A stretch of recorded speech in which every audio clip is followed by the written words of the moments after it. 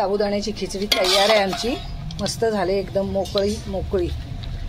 नक्की बनवून बघा आणि बनवताना लिंबू पिळून टाका आणि आम्हाला कमेंट करून कळवा तुमची खिचडी चांगली झाली का।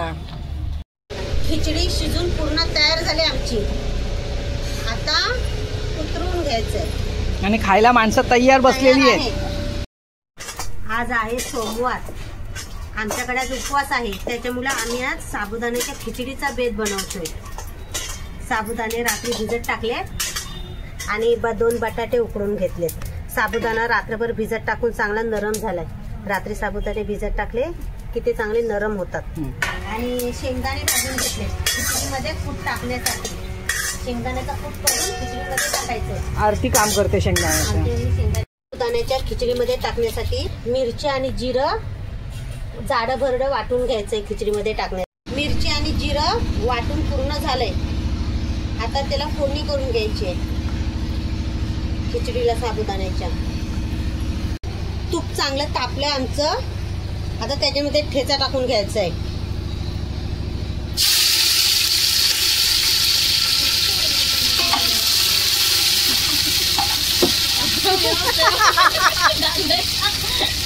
ठेचा तुपामध्ये परतून घेतलाय, त्याच्यामध्ये आता साबुदाणे टाकून घ्यायचे।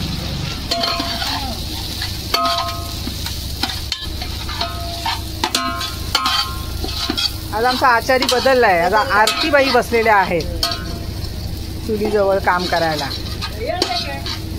खिचडीमध्येच टाकण्यासाठी शेंगदाणे बारीक वाटून घ्यायचे पाट्यावरती, जाडे भरडे ठेवायचे, जरा दाताखाली आले पाहिजेत। हा काही कूट नाही आम्ही करत आहोत दाण्याचा, एकदम है ना, असेच पाहिजेत ना, थोडे जाडे भरडे। आज वाटायचं काम आई करते आमची।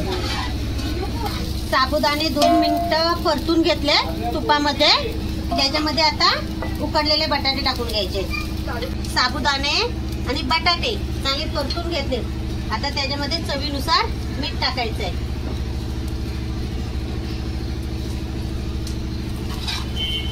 सतत हलवत राहायचं, नाहीतर साबुदाण्याचा खाली गोळा होतो। थोडीशी साखर गोड लागण्यासाठी खिचडी। लिंबू पिळायचं कधी, शेवट ना। जर तुमचा उपवास नसेल तर तुम्ही ह्यात कढीपत्ता आणि कोथिंबीर पण टाकू शकता। फक्त नाश्ता म्हणून जर खायची असेल तर काही लोक तिखट पण टाकतात, जर वेगळी चव लागते। पण आमचा आज खरोखर उपवासच आहे ह्या दोघींचा, म्हणून आम्ही फक्त हिरवी मिरची टाकले आणि जिरं टाकले आणि सोबत काकडीची कोशिंबीर खाल्ली तर आणखी भारी लागतं। थोडासा लिंबू पण पिळून घ्यायचा खिचडीमध्ये, साखर टाकले, आंबट गोड आणि तिखट चवीसाठी, आणि दही आणले सोबत खायला, दही पण आणलंय। उपवासवाल्यांची मजा आणि न उपवासवाल्यांची पण मजा। खिचडी आपली शिजत आलेली आहे, त्याच्यामध्ये आता जो आपण कूट वाटलाय दाण्यांचा जाडा भरडा तो त्याच्यात टाकून घ्यायचा आहे। पाहिजे तेवढा कूट टाकून घ्यायचा त्याच्यामध्ये।